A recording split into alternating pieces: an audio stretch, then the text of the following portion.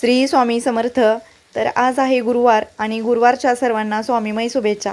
तर आता वाजलेले सकाळचे 4:30 आणि आहोंना पण आज लवकर जायचं आहे आणि माझी सर्व सेवा करून झालेली आहे। तर मला आला होता गुरुचरित्र ग्रंथातील 19 नंबरचा अध्याय। तर 19 नंबरच्या अध्यायामध्ये औदुंबर वृक्षाचं महत्त्व सांगितलं आहे। तर हिरण्यकशिपूचा जेव्हा नरसिंहांनी वध केला तेव्हा नरसिंहांच्या हाताला दाह झाला होता आणि तो दाह शांत करण्यासाठी देवी मातेने त्यांना औदुंबर वृक्षाचे फळ दिले होते आणि त्या फळामुळे त्यांचा दाह कमी झाला। तेव्हा नरसिंहांनी औदुंबर वृक्षाला वरदान दिले की तुझ्या छायेमध्ये जे येऊन गुरुचरित्र पारायण करतील किंवा जे तुला प्रदक्षिणा मारतील त्यांच्या सर्व मनोकामना पूर्ण होईल व ज्यांना संतती नाही त्यांना संतती होईल, असा आशीर्वाद औदुंबर वृक्षाला नरसिंहांनी दिला।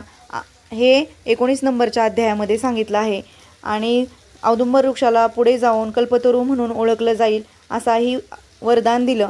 त्याच्यानंतर असं आपल्याला 19 नंबरच्या अध्यायामध्ये सांगितलं आहे। तर कसा वाटला व्हिडिओ नक्की सांगा आणि माझ्या चॅनलला जर नवीन असाल तर लाईक, शेअर आणि सबस्क्राईब करायला विसरू नका। श्री स्वामी समर्थ।